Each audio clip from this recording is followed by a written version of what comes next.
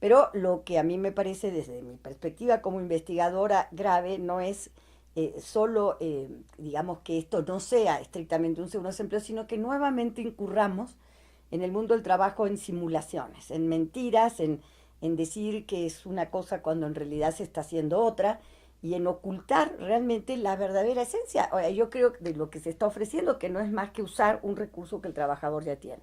Yo puedo entender como investigadora que hay un contexto económico en este momento hasta cierto punto diríamos adverso, una economía prácticamente que no crece, no hay señales claras de crecimiento, posiblemente haya más recursos a partir del fondo del petróleo que se va a constituir, pero todavía esto es algo incierto, de manera que como no hay un contexto para cobrar una cuota patronal, porque hay una fuerte resistencia, de hecho ya los empleadores echaron para atrás la posibilidad de aumentar la cuota obrero patronal para el Instituto Mexicano de Seguro Social. Entonces, como hay un contexto adverso, pues lo honesto hubiera sido decir, no hay condiciones para hacer un seguro de desempleo verdadero, pero vamos a dar esta opción al trabajador y hasta ahí hubiéramos dicho, bueno, no es lo mejor, pero en todo caso no se está haciendo otra vez uso de la simulación y la mentira. Pero lo que vimos es eso, ¿no? Nuevamente encubrir y engañar al trabajador diciéndole que se le da un seguro de desempleo que no es tal. Esto es producto de una cuestión política, de una razón política esencialmente. ¿Por qué? Porque había una promesa de campaña del presidente Peña Nieto de aprobar un seguro de desempleo, estaba dentro del Pacto por México, era uno de los compromisos del Pacto por México, y se hizo la reforma hacendaria, que implica una realmente presión fiscal fuerte, nueva, sobre clase media, sobre las empresas, y se justificó porque tenía una dimensión social. Esa dimensión social era la pensión universal y el seguro de desempleo. Pero resulta que la pensión universal es otro cuento, porque pasamos de 500 pesos a 580. Y vamos a llegar a 1092 en el año, dentro de 15 años. O sea, 1092 pesos dentro de 15 años. Entonces, evidentemente, esto es una burla. Y no es más que casi lo que se tenía, quizás dándole un nivel de institucionalización más alto. Pero no es más que eso. Y desde el punto de vista del seguro de desempleo, tomamos el dinero de los trabajadores y el gobierno lo que va a poner es un 0.5%. Es realmente nada. Entonces, eso es lo que a mí, en lo personal, como investigadora y analista política, pues me parece más grave. Volver a la simulación, que ha sido característico por muchos años de las políticas laborales del PRI y del PAN, de los dos, así como lo hacen con el salario mínimo, que es obviamente pura simulación, no existe realmente un salario mínimo que satisfaga los requerimientos que están establecidos en la Constitución. Y ahora vamos a hacer un seguro de desempleo que no satisface absolutamente, digamos, las necesidades del trabajador, porque es una cantidad muy menor la que va realmente a poder cobrar.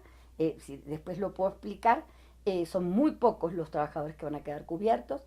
Tendrán que pasar como 7 años, más de 7 años, para que realmente un trabajador goce el derecho completo al seguro de desempleo y siempre será sacrificando el recurso que tiene para la vivienda. De manera que me parece que este es el diagnóstico en principio que yo podría hacer, muy negativo. Y también muy negativo el modo bajo el cual se aprobó en la Cámara de Diputados. Como lo dijo un diputado, habría que preguntarle a los legisladores del PRI en qué momento de la transición política se perdieron o qué no es lo que no entendieron, así lo planteó un diputado el 18 de marzo, porque volvieron con la planadora a tener los votos y a no escuchar ninguna de las observaciones y reservas que desde la oposición se hacía al esquema de financiamiento y a una serie de condiciones.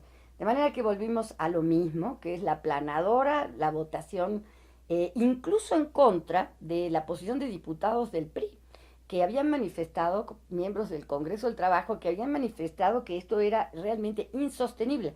Como sabemos, la subordinación lleva a que estos diputados votaran finalmente a favor de la reforma, pero ellos claramente habían dejado por mucho tiempo, desde que se dio a conocer esta iniciativa el 8 de septiembre del 2013, dejaron muy claro que estaban usándose los recursos de los trabajadores para simular que se estaba creando un seguro de desempleo, pero que no era tal cosa. Entonces, en ese sentido, pues a mí sí me resulta preocupante volver hacia atrás la historia, dar vuelta a la página y volver a los modos más autoritarios de legislar que se tenían antes de 1997. Bueno, para empezar, tenemos un país con un sector informal tan grande que solo 4 de cada 10 trabajadores podrían cumplir el requisito general de ser trabajadores inscritos en la seguridad social. 4 de cada 10 trabajadores. De esos 4 de cada 10 trabajadores, lo que le exige la ley es que para acceder al beneficio del seguro de desempleo tienen que tener 104 cotizaciones en un periodo de 36 meses o 3 años. Es decir, 104 cotizaciones son 2 años de cotizaciones, cada año son 52 semanas, son 2 años en ese periodo. Estudios, por ejemplo, como los que ha hecho la CONSAR junto con el INEGI de trayectorias laborales, señala que en un periodo de 100, digamos, semanas, cuando mucho un trabajador ha cotizado en promedio 38 semanas. Quiere decir que la exigencia que la ley está poniendo, que la regulación está poniendo de 104 cotizaciones en 100 semanas, son mínimos, muy pocos los trabajadores que van a poder cumplir esto. Es decir, vamos a tener que de ese 4 de cada 10, digamos, que tendría la característica de ser un trabajador formal inscrito en la Seguridad Social, muy probablemente menos de la mitad cumplan los requisitos. Ya nos vamos quedando con 2 de cada 10. Pero después tenemos otro problema más grave, que es si ese trabajador tuvo un crédito de vivienda, el dinero de la cuenta, de la subcuenta mixta, y así se llama, porque se puede usar la subcuenta para el seguro de desempleo, para el retiro en su momento, si es al final de su trayectoria quiere retirarse, o para la vivienda, o para el seguro de desempleo, vivienda o retiro. Esa persona, si usó el crédito de vivienda previamente, ya no va a tener posibilidades de usar los recursos, porque todos los recursos digamos, todas las aportaciones patronales van directo a saldar el crédito, de manera que ya no se van a poder usar para saldar, para otorgar el desempleo. Lo cual significa una restricción sumamente fuerte. Todos los que tengan un crédito, lo hayan obtenido antes o lo vayan a obtener después, será a costa del seguro de desempleo. Entonces, está muy claro. Si se obtiene el recurso al seguro de desempleo, será a costa del derecho a la vivienda. O sea, no hay manera de que no se anule uno al otro. Y la otra cuestión es que para que llegue a tenerse el beneficio completo, que es la prestación completa, que son 60% el primer mes del último salario, el 50% al siguiente, 40% en los restantes hasta cumplir 6 meses, para cumplir con todo esto se requeriría o sea, eso significa 270% del salario, el total, o sea, ese 270% del salario no se junta ni siquiera en 5 años, porque si contamos una aportación de 3%, digamos, mensual, realmente necesitamos casi 8 años para cumplir con ese requisito. O sea, para tener los fondos en la subcuenta que pudieran servir para pagar completo una vez cada 5 años, porque esa es otra restricción que pone la ley, el seguro de desempleo, pues van a pasar alrededor de 8 años. Claro, hay rendimientos, pero sabemos que las AFORES no han estado dando rendimientos los últimos años a los trabajadores, así que no podemos esperar gran cosa de ello. Y por el otro lado sería lo que se puede usar del Fondo Solidario. Y del Fondo Solidario solo se puede usar hasta un salario mínimo para complementar el seguro de desempleo. Quiere decir que una buena parte de los trabajadores del país, que además sabemos que la mayor parte gana 3 o menos salarios mínimos, lo más que va a recibir es entre 1 y 2 salarios mínimos de seguro de desempleo, en el mejor de los casos, entre 1 y 2 salarios mínimos. ¿Y qué sabemos? El salario mínimo, sabemos que el salario mínimo pues lleva a la pobreza. De manera que el objetivo principal del seguro de desempleo, que es evitar que la gente caiga en la pobreza, pues no se puede cumplir en primer lugar porque ya son trabajadores muy vulnerables que están en la pobreza. Y son esos trabajadores los que más necesitarían el seguro de desempleo. Sin embargo, son aquellos a los que el seguro de desempleo no les va a permitir realmente más que seguir en la situación de pobreza en la que se encuentran por unos meses en lo que encuentran un empleo. En fin, es un mecanismo todo muy restrictivo, a veces por la misma regulación que se está proponiendo, como lo explico, y por tanto cubre muy pocos trabajadores que realmente van a tener esos requisitos para acceder al seguro de desempleo, y por otra parte por cuestiones tales como el problema del salario mínimo en el país. O sea, evidentemente en otros países donde se pone como mínimo, un salario mínimo para garantía del seguro de desempleo, si ese salario mínimo alcanza para satisfacer las necesidades de un trabajador y la familia, bueno, tiene un sentido. Pero en este país, en donde, como lo ha explicado Coneval, estar en un empleo no garantiza salir de la pobreza por el bajo salario, pues evidentemente esto no va a funcionar como uno esperaría. El trabajador tiene el derecho a sacar parte de eso. ¿Pero a costa de qué? A costa de no tener una jubilación en el futuro. Porque si toma ese dinero, si de por sí el dinero que ahorra el trabajador no alcanza más para la mayor parte de los casos que para una pensión de salario mínimo, si además retiramos fondos para las situaciones de desempleo, pues olvídese, no vamos a tener ni seguro de desempleo, ni vivienda, ni por supuesto seguro para el retiro. Y esta es la situación real en la que ya están los trabajadores mexicanos. De manera que esto lo único que va a hacer es agravar hasta cierto punto la situación por una razón. Estamos descapitalizando al Infonavit. Está clarísimo. O sea, la parte del recurso que antes iba al Infonavit ahora va a estar destinado al seguro de desempleo. Y muy posiblemente en lugar de administrarlo el Infonavit va a ir directamente a una Afore, porque el trabajador va a poder optar por ello. Y la propaganda, la presión de los bancos y demás va a orillar al trabajador a optar por llevar el dinero a las Afores. ¿Quién ganó con todo esto? Pues igual que cuando se hizo el sistema de ahorro para el retiro, las Afores. Las Afores que, como sabemos, funcionan tan mal que justamente parte de esta reforma consiste en una reforma a la ley del sistema de ahorro para retiro y a las Afores. Y a mí me parece que lo grave es que antes de saber si esas reformas corrigieron los vicios tan grandes que tiene este sistema, antes de saberlo, ya le estamos pasando nuevamente más recursos a las Afores. Entonces, este es el negocio de los bancos. Y no es de extrañar que una revista de circulación semanal del día de ayer haya salido con datos muy fuertes acerca de cómo los bancos van a terminar beneficiándose del recurso destinado al seguro de desempleo que va a pasar a las Afores y por tanto a los bancos. Esto es, yo creo, otra de las cuestiones muy preocupantes de esta regulación. No hay ni un solo país en el mundo semejante por su tamaño, por su economía y demás a México, que haya hecho algo tan absurdo como lo que estamos por hacer. O sea, no hay ningún precedente. Todo lo que estamos haciendo es una simulación. Como le digo, claro, eso se puede hacer en un solo día cuando tenemos gente que puede levantar la mano y votar cualquier cosa que se le ponga enfrente, ¿no? Y que seguramente ni siquiera habían leído porque realmente le entregaron la minuta del dictamen, que eran, digamos, una cantidad de páginas, alrededor de 400 páginas, se las entregaron en la noche y tuvieron que votar al día siguiente. Por el otro lado, metieron 7 leyes juntas, o sea, 7 reformas, leyes en un solo paquete, de manera que uno no podía votar en contra de uno y a favor de otra, y por supuesto esto es violando pues lo más elemental del proceso parlamentario, de manera que en efecto es una aprobación fast track de las cuales nos tenía muy acostumbrado el PRI. De alguna forma habíamos ya superado aparentemente esa etapa y volvimos a caer en lo mismo. Eso creo que es una de las peores señales que tenemos. El problema es que los trabajadores no tienen quien los represente ahí, o sea, no hay voz, no está la voz de los trabajadores en el Congreso de la Unión y no está en la Comisión de Salarios Mínimos y no está en ninguna de las instancias en donde se toman decisiones que los afectan.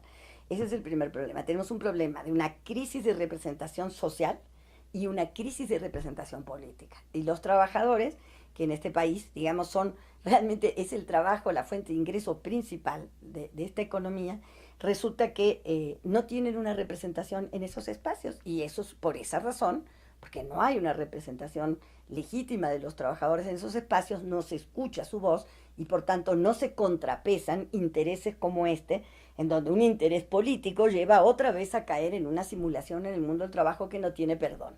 Incluso volver a usar la comunidad de medida, el salario mínimo, para poner el piso básico, digamos, del seguro de desempleo es sumamente contraproducente. Primero porque no saca a la gente de la pobreza, es un salario que no deja ni siquiera satisfacer las necesidades de una canasta básica. Y en segundo lugar, porque precisamente porque el gobierno asume compromisos en términos del salario mínimo, como el tope en materia de pensiones en el sector público y demás, se justifica que nunca se suba el salario mínimo. Entonces tenemos un salario mínimo de los más bajos de toda la región, de los más bajos de América Latina, digamos, muy por debajo de países que evidentemente ni siquiera se comparan, países centroamericanos como Costa Rica y demás tienen salarios mucho más altos, Argentina no se diga, Brasil, Chile y demás, casi doble o el triple que el salario mexicano, el salario mínimo mexicano. Esto no tiene ninguna justificación más que, por supuesto, una estrategia, digamos, destinada a bajar artificialmente el salario y la ausencia de representación de los trabajadores en todos los foros, en todos los espacios. Los trabajadores mexicanos no los escucha nadie, ni nadie sabe cuáles son realmente los intereses de los trabajadores mexicanos. El sindicalismo perdió su fuerza, pero las consecuencias son gravísimas de que ello haya ocurrido. O sea, no es solo consecuencias negativas para los trabajadores que no tienen quien los represente, sino para el país en su conjunto, porque evidentemente es un país que no puede desarrollar su mercado interno, que es totalmente vulnerable, ¿no? Frente a digamos, a la volatilidad de la economía internacional. Dependemos de las exportaciones hacia los Estados Unidos, no tenemos ninguna manera de tener, digamos, una política a través del desarrollo del mercado interno que nos ayude en circunstancias críticas como estas. Evidentemente esto significa que por eso existe la informalidad, evidentemente, porque pues no, porque para empezar la fuerza de trabajo no puede reproducir sus necesidades y satisfacerlas en el mercado formal, tiene que recurrir al mercado informal. Por otra parte, es una economía que está sin crecer, no crece, y cuando crece, no crecen los sectores que generan empleo, como la industria manufacturera, que generan empleo formal y protegido. Crece la industria maquiladora, por ejemplo, dentro de la manufactura, que es la más precaria, la de menores condiciones y demás, sin sindicatos, por ejemplo. Entonces, aquí tenemos una verdadera catástrofe desde el punto de vista de la ausencia digamos, de organizaciones que expresen los intereses de los trabajadores y la necesidad de corregir el rumbo económico que el país tiene. Entonces, evidentemente, tenemos una captura del Estado por aquellos que se siguen beneficiando de este modelo, tanto en el ámbito de lo político como en el ámbito económico, y está capturado el Estado, de manera tal que solamente vamos a tener políticas como esta que nos sirven realmente para proteger los intereses de las grandes mayorías.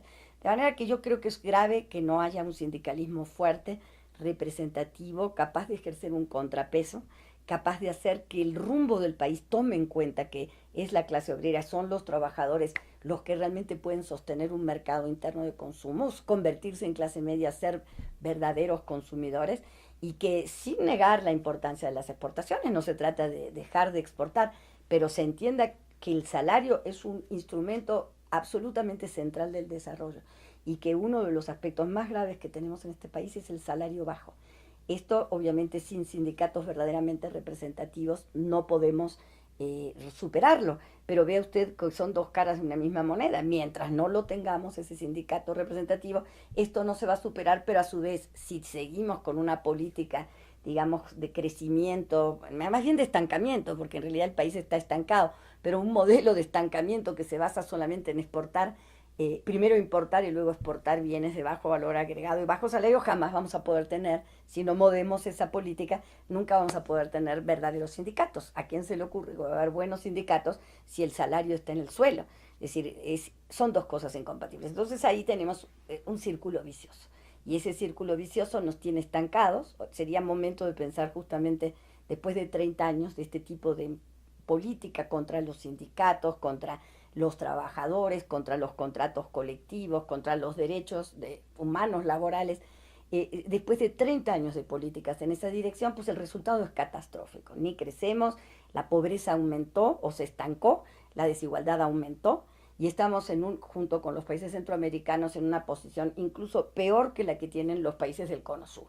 De manera tal que yo creo que sería momento de reflexionar, la sociedad debería, y no solo los trabajadores, cuánto nos cuesta no tener un verdadero sindicalismo en este país.